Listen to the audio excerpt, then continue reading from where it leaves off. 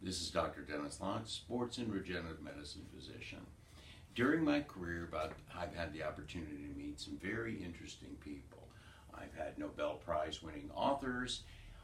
I have had the wonderful opportunity to meet a physician in Virginia while my travels in Washington, D.C. and Virginia.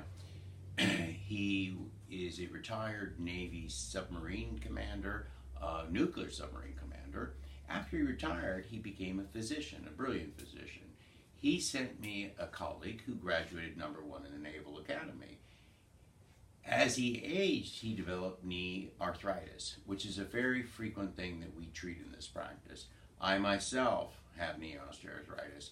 As a multi-sport athlete and downhill skier, I blew my ACL, medial meniscus, and medial collateral, the terrible triad. And as patients age who have surgery and these type of injuries, they develop osteoarthritis. And we treat a lot of patients with knee arthritis from old sports injuries or just the aging process with regenerative medicine and stem cell therapy. And this is a great example how this technology and what we do here with sports and regenerative medicine can really make a difference in people's lives. Thank you.